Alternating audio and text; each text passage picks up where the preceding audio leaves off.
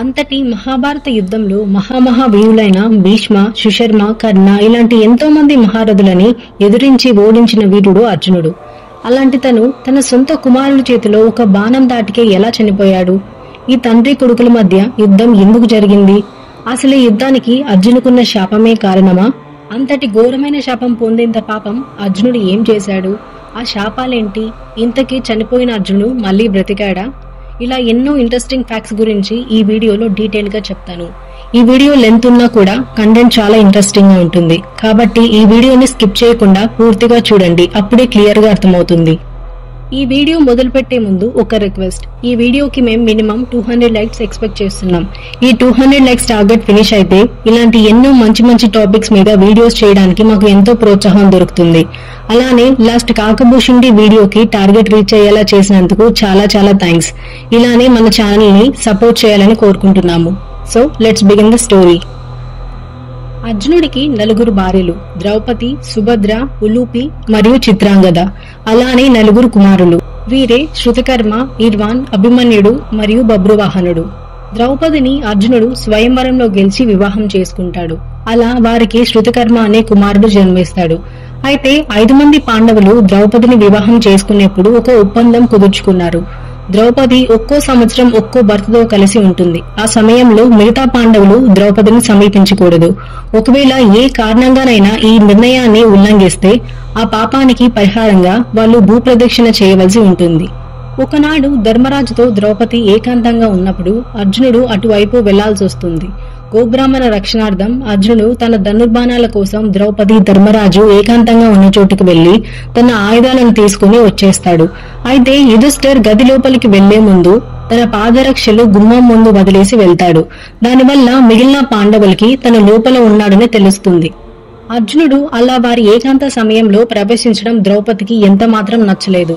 అప్పుడు ద్రౌపది అర్జునుడితో, మీ అన్నగారైన యుధిష్ఠిర్ పాదరక్షలు చూసి లోపలికి ఎందుకు ప్రవేశించారు అని అడుగుతుంది. అప్పుడు అర్జునుడు అక్కడ ఎటువంటి పాదరక్షలు లేవు అని చెప్తాడు. వెళ్లి చూస్తే నిజంగానే అక్కడ పాదరక్షలు ఉండవు. అయితే అక్కడే ఉన్న ఒక కుక్క ఆ పాదరక్షలను దూరంగా తీసుకెళ్లి వాటితో ఆడుకుంటూ ఉంటుంది. దీనంతటికీ కారణమైన కుక్కని ద్రౌపది కోపంతో, నేనెలా అయితే అవమానపడ్డానో అలానే కుక్కజాతి అంతా ఎలాంటి విడియం సిగ్గు లేకుండా ఇకపై ఎక్కడ పడితే అక్కడ సంభోగిస్తాయని శపిస్తుంది. అర్జునుడికి లోపల యుధిష్ఠిర్ ఉన్న విషయం తెలియకపోయినా సాధుజీవులను రక్షించడానికి అయినా నియమం ఉల్లంఘించడం జరిగింది. కాబట్టి అర్జునుడు దానికి పరిష్కారంగా భూప్రదక్షిణకి బయలుదేరతాడు. అలా తోటి బ్రాహ్మణులతో కలిసి వివిధ తీర్థయాత్రలను దర్శిస్తూ తన ప్రయాణాన్ని కొనసాగిస్తూ ఉంటాడు. అలా బయలుదేరిన అర్జునుడు ఒకనాడు గంగా తీరానికి చేరాడు. గంగా తీరం చేరిన అర్జునుడు ఆ రోజుకి అక్కడే సేద తీరుతాడు. ఒకరోజు అర్జునుడు గంగా నదిలో స్నానం చేస్తున్నప్పుడు అదే సమయానికి ఆ గంగా నదిలోకి పాతాళ లోకంలోని నాగుల యువరాణి అయిన ఉలూపి తన స్నేహితులతో కలిసి అక్కడికి వస్తుంది. అక్కడున్న ఆజానుబాహుడు అయిన అర్జునుడిని అందాన్ని చూసి మొదటి చూపులోనే ఈ సర్పరాణి ప్రేమలో పడుతుంది. తన ప్రేమని వ్యక్తపరిచి తనని పెళ్లి చేసుకోమని అడుగుతుంది.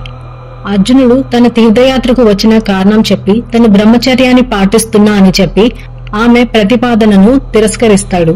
తన బ్రహ్మచర్యం తన మొదటి భార్య అయిన ద్రౌపదికి మాత్రమే పరిమితం అని ఉలూపితో చెప్పగా ఆమె ఎంత మాత్రం అర్జునుడి మాట వినదు. అలా అర్జునుడు ఒకరోజు గంగా తీరాన విశ్రమిస్తుండగా ఉలూపి అర్జునుడి కాళ్ళు చేతులు బంధించి పాతాళ లోకానికి తీసుకెళ్లిపోతుంది. అర్జునుడు కళ్ళు తెరిచి చూసేలోపు తన పాతాళ లోకంలో ఉండటం చూసి ఆశ్చర్యపోయి, భూప్రదక్షిణ కోసం బయలుదేరిన నన్ను ఇలా తీసుకురావడం న్యాయమేనా అని ఉలూపిని ప్రశ్నిస్తాడు. ఉలూపి తనని పెళ్లి చేసుకోమని ఎన్ని విధాలుగా చెప్పినా అర్జునుడు వినలేదు. ఉలూపి తనను చేపట్టకపోతే ప్రాణత్యాగం చేస్తా అని అర్జునుడిని తీసుకెళ్లి తన తండ్రి అయిన కౌరవ్యకి పరిచయం చేస్తుంది. కౌరవ్యకి ఉలూపి ఒక మానవుడైన అర్జునుడిని వివాహం చేసుకోవడం ఎంత మాత్రం నచ్చదు. దీంతో అర్జునుడిని చంపడానికి ప్రయత్నిస్తాడు. కానీ ఉలూపి అర్జున్ని కాపాడుతుంది. ఉలూపి ప్రేమకు ముగ్ధుడైన అర్జునుడు తనని పెళ్లి చేసుకోవడానికి ఒప్పుకుంటాడు. అలానే అర్జునుడి పరాక్రమాలను చూసి మరియు అర్జునుడి గురించి తెలుసుకున్న నాగరాజు తన కుమార్తెను అర్జునుడికిచ్చి వివాహం చేస్తాడు. ఇలా వాళ్ళకి ఇర్వాన్ అనే కుమారుడు జన్మిస్తాడు. అర్జునుడి సాన్నిహిత్యానికి సంతోషించిన ఉలూపి నీటిలో నివసించే జంతువులన్నీ అతనికి కట్టుబడి ఉంటాయని, ఏ హాని చేయవని, అతను నీటిలో అజేయంగా ఉంటాడని అతనికి ఒక వరం ఇస్తుంది. తర్వాత అర్జునుడు ఉలూపితో తన మిత్రులంతా తన కోసం ఎదురు చూస్తూ ఉంటారని, వెళ్ళకపోతే వారు కలత చెందుతారని ఉలూపికి నచ్చచెప్పి అక్కడి నుండి బయలుదేరి మిత్రులను కలిసి భూప్రదక్షిణ ప్రారంభిస్తాడు. అలా అర్జునుడు అరణ్యవాసం చేసే సమయంలో ఒకనాడు మణిపుర రాజ్యానికి చేరుకున్నాడు. ఆ రాజ్యాన్ని పరిపాలిస్తున్న చిత్రవాహనునికి ఒక్కతే కుమార్తె, ఆమె చిత్రాంగద. అర్జునుడు చిత్రాంగద తొలిచూపులోనే ప్రేమలో పడ్డారు. పెద్దల అనుమతితో వివాహం చేసుకుందాం అనుకున్నారు. కానీ ఆ వివాహానికి ఓ షరతు పెట్టాడు చిత్రవాహనుడు. తనకు మగ సంతానం లేని కారణంగా తన కుమార్తెకి పుట్టబోయే కుమారుడే మణిపురానికి రాజు కావాలన్నదే చిత్రవాహనుడి అభిలాష. అందుకోసం అర్జునుడు తన భార్య పిల్లలను తన వద్దనే వదిలి వెళ్లాలన్నదే చిత్రవాహనుడి షరత్తు. ప్రేమావేశంలో ఉన్న అర్జునుడు ఆ షరతుకి ఒప్పుకోక తప్పలేదు. కొన్నాళ్లకు వారికి సంతానం కలిగింది. తనే బబ్రువాహనుడు. షరత్తు ప్రకారం అర్జునుడు తన భార్యని మరియు కుమారుణ్ణి వదిలి బబ్రువాహనుడికి 2 ఏళ్ల వయసు ఉన్నప్పుడే తాను హస్తినాపురానికి తిరిగి వెళ్లిపోతాడు. తర్వాత బబ్రువాహనుడు తన తల్లి అయిన చిత్రాంగద దగ్గర మరియు పినతల్లి అయిన ఉలూపి దగ్గర కూడా పెరిగాడు. బబ్రువాహనుడు తన తాత తదనంతరం మణిపుర రాజ్యాన్ని పరిపాలించేవాడు. బబ్రువాహనుడి భార్య క్రిమేక. వీరిద్దరికీ ఆరుష అనే కుమారుడు, కృతిక అనే కుమార్తె ఉన్నారు. మహాభారత యుద్ధంలో పాండవులు గెలిచిన తర్వాత యుధిష్ఠిర్ హస్తినాపుర రాజ్యాన్ని పరిపాలిస్తూ ఉండేవాడు. యుద్ధం గెలిచినా కూడా యుధిష్ఠిర్లో ఏదో తెలియని బాధ మొదలైంది. తన అన్నతమ్ములను, బంధుమిత్రులను చంపాలన్న బాధ యుధిష్ఠిర్ని తొలిచేస్తుంది. దీంతో యుధిష్ఠిర్ అశ్వమేధ యాగం చేయాలనుకుంటాడు. అలా యుధిష్ఠిరుడు చేసిన అశ్వమేధ యాగంలో భాగంగా అశ్వం వెళ్లి బబ్రువాహనుడు పరిపాలించే మణిపుర రాజ్యాన్ని చేరుకుంటుంది. అలానే అర్జునుడు ఆ అశ్వానికి రక్షకుడుగా వెళ్తాడు. అర్జునుడు మణిపుర రాజ్యాన్ని చేరుకోగానే తనకి ఎక్కడో చూసిన అనుభూతి కలుగుతుంది. ఇంతటి అభివృద్ధి చెందిన వైభవం ఉన్న రాజ్యం ఎవరిది? ఇన్ని రోజులు ఈ రాజ్యాన్ని గురించి మనకి ఎలా తెలియకుండా ఉంది అని విచారిస్తాడు. అప్పుడు పక్కనే ఉన్న హంసధ్వజుడు అర్జునుడితో ఇలా చెప్తాడు. రాజా, ఈ రాజ్యానికి రాజు బబ్రువాహనుడు. ఆయన అతి పరాక్రమవంతుడు, తిరుగులేని వీరుడు, ఏకపత్ని వృతుడు, పరస్త్రీ వంక కన్నెత్తైనా చూడడు, ధర్మం 4 పాదాల వైపు నడిపేవాడు. కాని వయసులో చాలా చిన్నవాడు.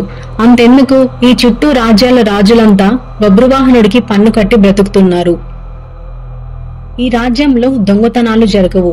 ఎవరూ తప్పు చేయకుండా రాజ్యాన్ని ఎంతో క్రమశిక్షణగా పరిపాలిస్తున్నాడు బబ్రువాహనుడు. ఈ రాజ్యంలో రాజే కాదు, మహామంత్రి కూడా మంచి మేధస్సు కలిగినవాడు, రాజనీతిలో ఆరితేరినవాడు, ధర్మం వైపే నడిచేవాడు. ఈ రాజ్యం ఇంత సుభిక్షంగా ఉండటానికి ఇతను కూడా కారణం. మనం ఇప్పుడు వదిలిన అశ్వమేధ గుర్రాన్ని చూసి చూడనట్టు వదిలేశాడా మన అదృష్టం, లేదా మన అశ్వాన్ని పట్టాడో మన కుంభ మునిగినట్టే అని చెప్తాడు. దాంతో అర్జునుడు, మనకి శ్రీకృష్ణుడి అండ ఉండగా మనకేం భయం అని అంటాడు. ఇలా వీరి సంభాషణ సాగుతుండగా ప్రధానమంత్రి అయిన సుమతికి ఊర్లో ఒక కొత్త అశ్వం కనిపించింది. దగ్గరికి వెళ్లి చూస్తే అది ధర్మరాజు యాగాశ్వమని, దానికి రక్షణగా అర్జునుడు వస్తున్నాడని అర్థమైంది. ఆ అశ్వాన్ని బంధించి రాజుగారి దగ్గరికి తీసుకెళ్లాడు. అప్పటికే చీకటి కమ్మేసింది. అన్ని ఇళ్లల్లో దీపాలు పెట్టేశారు. ఆ దీపాల వెలుగులో రాజుగారు మంత్రితో ఆ అశ్వానికి అంటించిన రేకుపైన ఏం రాసి ఉందో చదవండి అని అన్నారు. హస్తినాపుర చక్రవర్తి అయిన యుధిష్ఠిర్ అశ్వమేధ యాగం చేస్తూ ఈ అశ్వాన్ని వదిలిపెట్టారు. అర్జునుడు అశ్వరక్షకుడుగా వస్తున్నాడు. ఈ అశ్వాన్ని పట్టుకోవడానికి లేదా బంధించడానికి చూస్తే యుద్ధం తప్పదని రాసుంది. ఆ పలకపై రాసిన పేర్లు వినగానే బబ్రువాహనుడు, ఇది మా పెద్దనాన్నగారి అశ్వమా, మా తండ్రి గారి స్వయంగా రక్షణగా వస్తున్నారా అని ఎంతో సంతోషిస్తాడు. ఇది చూసి ఆశ్చర్యపోయిన మంత్రి గారు, రాజా, ఎందుకు ఈ పేర్లు వినగానే అంత సంబరపడిపోతున్నారు అని అడగ్గా బబ్రువాహనుడు, మంత్రివర్య, యుధిష్ఠిర్ గారు స్వయాన మా పెద్దనాన్న, అర్జునుడు మా తండ్రి గారు అని చెప్తాడు. దీంతో ప్రధానమంత్రి అయిన సుమతి, అయ్యో, విషయం తెలియకుండా అశ్వాన్ని తీసుకొచ్చానే ప్రభు, అలా అయితే మీరు స్వయంగా రేపు వెళ్లి మీ తండ్రి గారికి ఈ అశ్వాన్ని సమర్పించి ఇంక నుండి ఈ అశ్వానికి నేనే రక్షకుడుగా ఉంటానని చెప్తే బాగుంటుంది అని సూచిస్తాడు. బబ్రువాహనుడు కూడా ఇది మంచి సలహానే అని మెచ్చుకొని మరునాడు తన తండ్రి దగ్గరికి వెళ్లేందుకు మంగళ వాయిద్యాలు, ఏనుగులు, నర్తకులు, బ్రాహ్మణులు, అనేక బహుమానాలు తీసుకుని తన తండ్రి దగ్గరికి బయలుదేరుతాడు. తన అశ్వాన్ని ఎవరో బంధించారని తెలిసిన అర్జునుడు వారి మీద యుద్ధానికి సైన్యాన్ని ఏర్పరిచి వ్యూహం రచించి సిద్ధంగా ఉన్నాడు. కాని ఎదురుగా వస్తున్న బబ్రువాహనుడిని, తన వెంటొచ్చే నర్తకులు, గానం చేస్తూ వచ్చే బాలికలు, వీటన్నిటినీ చూసి అర్జునుడికి ఏమీ అర్థం కాలేదు. సంధి చేసుకోవడానికి వస్తున్నట్టుగా అనిపించింది. బబ్రువాహనుడు అర్జునుడి దగ్గరికెళ్లి పాదాల మీద పడి సాష్టాంగ నమస్కారం చేసి తన జుట్టు ముడివిప్పి తన వెంట్రుకలతో అర్జునుడి పాదాలను తుడిచి అభిషేకించి ఆ నీళ్లని తన నెత్తిపై చల్లుకున్నాడు. తండ్రి, నేను నీ కుమారుడైన బబ్రువాహనుడును, చిత్రాంగద మాత పుత్రుడను అని చెప్పి మీరు నన్ను గుర్తుపట్టలేదా అని అడుగుతాడు. పోని మా పినతల్లి ఉలూపి మాత గుర్తుందా? నేను ఈ ఇద్దరి తలల దగ్గరే పెరిగాను అని చెప్తాడు. మీ శోభశౌర్యాలే నాకు అందాయి. మీ ఆశీర్వాదం వల్లే ఈ రాజ్యాన్ని ఇలా అభివృద్ధి చేయగలిగాను. నిజానికి ఈ రాజ్యం మీదే. పెద్దనాన్నగారి యాగాశ్వం అని తెలియక మా మంత్రి గారు తీసుకొచ్చారు. ఇక నుండి నేనే ఆ అశ్వానికి రేయి పగళ్ళు రక్షణగా ఉంటానని, తప్పుని క్షమించమని నేను మీ దాసుడిని, మీ పాదల వద్దే సేవ చేసుకుంటూ ఉంటాను అని ఎంతో వినయంగా హృదయపూర్వకంగా వేడుకుంటాడు. ఎంతటి శత్రువైనా కాళ్ల మీద పడితే కనీసం క్షమిస్తాం. అలాంటిది కన్న కొడుకు, అందులో తన తప్పు లేకపోయినా తండ్రి అన్న గౌరవంతో ఇంత వినయ విధేయతలతో ప్రవర్తిస్తుంటే అర్జునుడు మాత్రం కసుబుసుమంటూ క్రోధంగా పుత్రుడిని ఇన్ని ఏళ్ల తర్వాత చూశానే అనే వాత్సల్యం కూడా లేకుండా వింతగా ప్రవర్తిస్తున్నాడు. అర్జునుడి ప్రవర్తన చూసి అంతా ముక్కు మీద వేలేసుకున్నారు. ఆయన పక్షాన ఉన్నవాళ్లు కూడా అర్జునుడిని మెచ్చుకోలేదు. ఎదురుగా ఉన్నది నీ పుత్రుడే, అంత కోపం ఎందుకయ్యా? దయగా చూడు అన్నాడు సాత్యకి మిగిలిన వారు. హంసధ్వజునికి బబ్రువాహనుడి సామర్థ్యమేంటో బాగా తెలుసు కాబట్టి అర్జునుడిని ఎంతో మందలించాడు. ప్రద్యుమ్నుడు, కృతవర్మ, యవనాసుడు ఇలా ఎంతమంది చెప్పినా తన కోపాన్ని వీడలేదు అర్జునుడు. అర్జునుడికి తన మదిలో పుత్రుడు అనగానే అభిమన్యుడే గుర్తొస్తున్నాడు. వాడి శౌర్యం ఎక్కడా, వాడి తేజస్సు ఎక్కడా, ఈ బబ్రువాహనుడు ఎక్కడా అని మనసులో అనుకుంటూ అభిమన్యుడు చనిపోయిన ఆ ఘోరమైన యుద్ధ సంఘటనలని గుర్తు తెచ్చుకుంటూ ఉన్నాడు. అందుకే ఎంతమంది చెప్పినా తన కొడుకుని తిరస్కరిస్తూ కాలితో తన్నినంత పని చేశాడు. కొడుకంటే అభిమన్యుడు. భీష్మ, ద్రోణ, కర్ణ ఇలాంటి ఎంతో మందిని గడగడలాడించాడు. వాడి ప్రాణాలు ఏనాడూ లెక్క చేయలేదు. ఎవ్వర్నీ శరణు వేడలేదు. నన్ను గాని వారి మామ అయిన కృష్ణుణ్ణి కాని యుద్ధంలో అంతమంది చుట్టుముట్టి ఉన్న సాయానికి పిలవలేదు. కాని నువ్వు సంధికి వచ్చావు. ఇది ఒక వీరత్వమేనా? అశ్వం అర్జునుడిది అని తెలిసి భయపడిపోయి నేను నీ కొడుకుని అంటూ వచ్చావు. మీ అమ్మ ఒక నాట్యగత్తె. మీ వంశమే నాట్యాల వంశం. నీది క్షత్రియ రక్తం కాదు. ఎవరికి పుట్టావో ఏంటో. ఒకవేళ నాకే పుట్టి ఉంటే ఈ పరాక్రమం నీలో కాస్తైనా ఉండేది. అసలు నీకీ రాజ్యాలన్నీ ఎందుకు? చుట్టూ ఆడవాళ్ళని పెట్టుకుని నాట్యం చేసుకోపో, అదే నీకు తగిన పని అని ఘోరంగా బబ్రువాహనుణ్ణి తన తల్లిని అవమానిస్తాడు అర్జునుడు. ఈ మాటలు విన్న అందరూ అర్జునుడు లాంటి వీరుడు, ధీరోదాత్తుడు ఇలాంటి మాటలు అనవచ్చా? చిత్రాంగదను తనే కోరి మరీ వివాహం చేసుకున్నాడు. ఆమె మీద ఇష్టంతో మామగారు పెట్టిన షరతులన్నీ అంగీకరించాడు. అలాంటి ఆమెని ఇలా అవమానించచ్చా? అయ్యో, భార్య కొడుకు ఎలా ఉన్నారు అని ఇన్ని ఏళ్లలో ఏనాడు రాలేదు. ఇన్ని సంవత్సరాలు వారి మొహం కూడా ఎరగడు. ఇవాళ వచ్చి నాకు నువ్వు పుట్టనే లేదు అంటున్నాడు. స్వయంగా ఈశ్వరుణ్ణి దర్శనం చేసుకున్నాడు. శ్రీకృష్ణుడి సాన్నిహిత్యంలో ఉన్నవాడు ఇలా మాట్లాడవచ్చునా అని అందరూ ఆశ్చర్యపోతున్నారు. ఈ అర్జునుడి వింత ప్రవర్తనకి గంగాదేవి పెట్టిన శాపం ఒక కారణం. అదేంటంటే యుద్ధంలో గంగా కుమారుడైన భీష్ముడు అర్జునుడి చేతిలో బాణాల శయ్యపై రక్తాలు కారుస్తూ అతి ఘోరమైన పీడన అనుభవిస్తూ చనిపోతాడు. తన పుత్రుణ్ణి ఆ స్థితిలో చూసిన గంగకు విపరీతమైన కోపం వచ్చి అతను తన కొడుకుని ఎలా అయితే చంపాడో అర్జునుడు కూడా అతని కొడుకు చేత అలానే చంపబడతాడు అని శపిస్తుంది. అయితే అర్జునుడి మాటలకు ఓపిక నశించిన బబ్రువాహనుడు, నాన్నగారు నన్ను 100 మాటలన్నారు. రాజ్యం పనికిరాదని, పిరికివాణ్ణని, నాట్యం చేసుకోమని నన్ను ఎన్ని అన్నా నా తల వంచాను. కాని ఇంత నిండు సభలో ఇంతమంది ముందు పరమ పవిత్రురాలైన నా తల్లిని అవమానించారు. మీరు నా తండ్రి అయినా కూడా ఈ మాటలు నేను సహించను. నేనే కాదు, ఏ పుత్రుడు సహించలేడు. నా వినయమే నాకింత ముప్పు తెచ్చిపెట్టింది. నేను క్షత్రియుణ్ణి కాదన్నారు కదా, నేను క్షత్రియుణ్ణో, వైశ్యుణ్ణో, ఇంకెవరినో చూద్దురు కాని అని కొరడా దెబ్బతిన్న గుర్రంలాగా మెరుపు వేగంతో అక్కడి నుండి వెళ్లిపోయాడు. వెంటనే మంత్రితో, సుమతి, మన సైన్యాన్ని యుద్ధానికి సిద్ధం చేయి, చక్రవ్యూహం ఏర్పాటు చేయి, మనమేంటో చూపిద్దాం అని చెప్తాడు. సుమతి అంతకంటే తెలివైనవాడు. ఇలాంటి పరిస్థితి వస్తుందని ముందే ఊహించి అన్నీ ముందే సిద్ధం చేసి పెట్టాడు. రాజుగారు ఆజ్ఞ ఇవ్వగానే మెరుపు వేగంతో సైన్యం వచ్చేసింది. సింహంలా గర్జిస్తూ బబ్రువాహనుడు, ఓ అర్జున, తండ్రి అన్న వినయంతో పాదాల మీద పడ్డాను, తప్పన్నాను, క్షమించమని వేడుకున్నాను. కాని నీ మర్యాద నువ్వు దక్కించుకోలేకపోయావు. ఇప్పుడు నా బాణాల నుండి నిన్నెవరు రక్షిస్తారో నేను కూడా చూస్తాను అన్నాడు. అర్జునుణ్ణి అలా మాట్లాడుతుంటే అనుసాల్వుడు తట్టుకోలేక రథం ఎక్కి యుద్ధం మొదలు పెట్టేశాడు. దీంతో ఘోరమైన యుద్ధం ప్రారంభమైంది. ఎటు చూసినా రక్త ప్రవాహమే. బబ్రువాహనుడి బాణాలు అనుసాలుడి గుండెల్లో గుచ్చుకుని తను మూర్చిపోయాడు. అంతటి మహావీరుడు పడిపోవడంతో శ్రీకృష్ణుడి కుమారుడైన ప్రద్యుమ్నుడు బబ్రువాహనుడి మీదకి దూకేశాడు. వీరిద్దరి పోరు మధ్యలో వందల ఏనుగులు, వేల గుర్రాలు ముక్కలైపోయాయి. ఎవరు బ్రతికి ఉన్నారో ఎవరు చనిపోయారో కూడా తెలియట్లేదు. తర్వాత ప్రద్యుమ్నుడు కూడా గాయాల పాలవుతాడు. ఆ యుద్ధభూమిలోనే అర్జునుడి భార్య అయిన నాగకన్య ఉలూపి ఉంది. ఆమె చేతిలో ఎన్నో మణులు, రత్నాలు ఉన్నాయి. అవి చనిపోయిన వారిని బ్రతికించలేకపోయినా గాయాలు మాన్పగలదు. ఆ రత్నాలతో అందరికీ వైద్యం చేస్తూ వాళ్ళని స్వస్థులుగా తయారు చేస్తుంది. ఆమె అర్జునుడికి భార్యని అయినప్పటికీ అర్జునుడి సైన్యం అర్జునుడు ఓడిపోతుంటే సంతోషిస్తుంది. ఎందుకంటే ఇక్కడ ఒక దేవరహస్యం ఉంది. మహాభారత యుద్ధంలో శిఖండిని అడ్డం పెట్టుకుని భీష్ముడి చావుకి కారణమవుతాడు అర్జునుడు. దాంతో అష్టవసువుల్లో మిగిలిన 7 వసువులకి కోపం వస్తుంది. ఎందుకంటే భీష్ముడు 8వ వసువు కాబట్టి. దీంతో అర్జునుడిని శాశ్వతంగా నరకంలో ఉండమని శపిస్తారు. ఇది చాటుగా విన్న ఉలూపి తండ్రి దగ్గరికెళ్లి నాన్న కొంప మునిగిపోయింది అని వసువులు మాట్లాడుకున్న విషయాన్ని తన తండ్రికి వివరిస్తుంది. నువ్వు వెళ్లి ఆ వసువులతో మాట్లాడి సంధి చేయమని చెప్తుంది.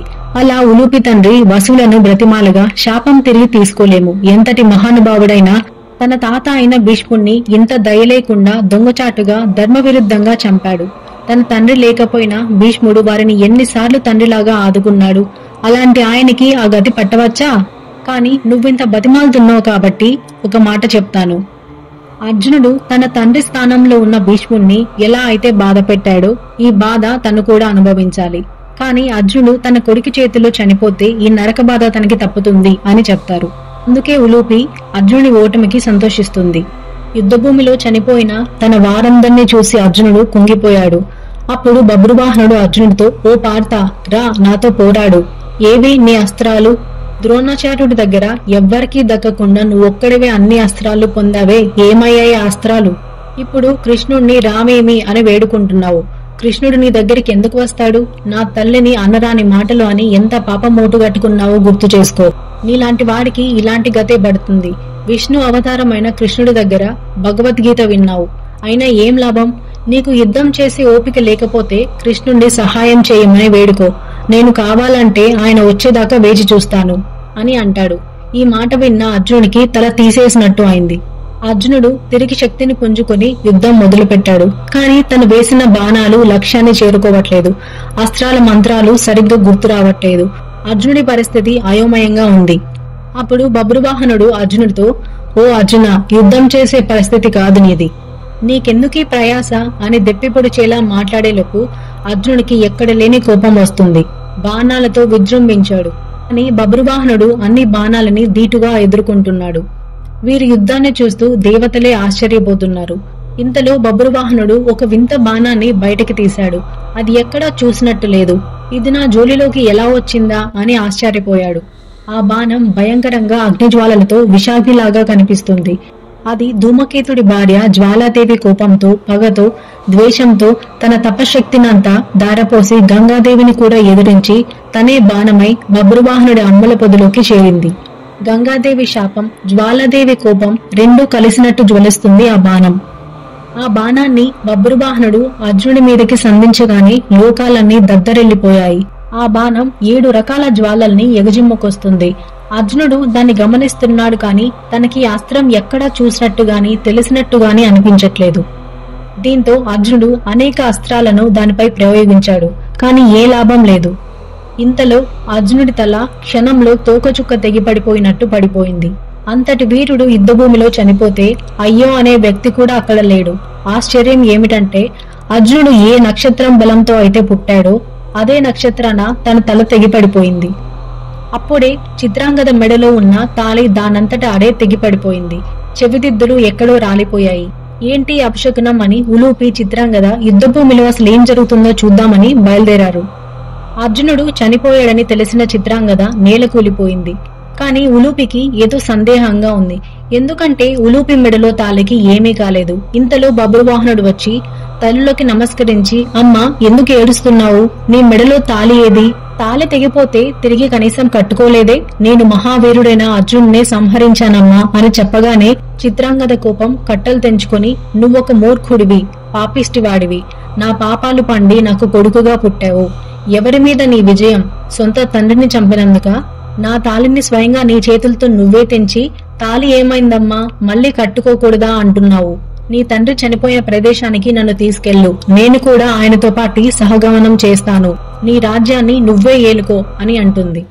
ఇంతలో ఉలూపి చిత్రాంగదను మందలించి, చిత్ర, ఎందుకు పిల్లవాడిని అన్నేసి మాటలు అంటావు? నా భర్త చనిపోయాడంటే నాకు నమ్మబుద్ధి కావట్లేదు. నీకో విషయం చెప్తా విను అని చెప్తుంది. నా చిన్నప్పుడు ఒక మహర్షి నాకు దేవరహస్యం చెప్పాడు. అదేంటంటే, మా ఇంట్లో 5 దానిమ్మ చెట్లు ఉన్నాయి. ఆ 5 చెట్లు ఏ కారణం లేకుండా వాటి అంతటా అవే కాలి బూడిదైపోతే నా భర్త ప్రాణాలు పోయినట్టు. అప్పటిదాకా నా భర్తకి ఏమీ కాదు అని చెప్పాడు. మనం వెళ్లి ఆ 5 చెట్లను చూసి వద్దాం పదా అని వెళ్లి చూస్తే ఆ 5 చెట్లు మసిబొగ్గులాగా మాడిపోయి ఉన్నాయి. దీంతో ఉలూపి ధైర్యం కూలిపోయింది. చిత్రాంగద, ఉలూపి గగ్గోళ్లు పెట్టి ఏడ్చారు. చిత్రాంగద మళ్లీ బబ్రువాహనుడిపై చెలరిగిపోయింది. నీ తండ్రి ఒక్కడినే ఎందుకు? 2 తలలో ఉన్నాం నీ ఎదురుగా, మా 2 తలలు కూడా నరికేశాయి. అప్పుడు తల్లిదండ్రులని చంపేశానన్న కీర్తి నీకు కలుగుతుంది అని అంటుంది. బబ్రువాహనుడికి ఏం చేయాలో అర్థం కావట్లేదు. అసలు యుద్ధం ఎందుకు చేయాల్సి వచ్చిందో జరిగిందంతా తన తల్లికి పూసగుచ్చినట్టుగా చెప్తాడు.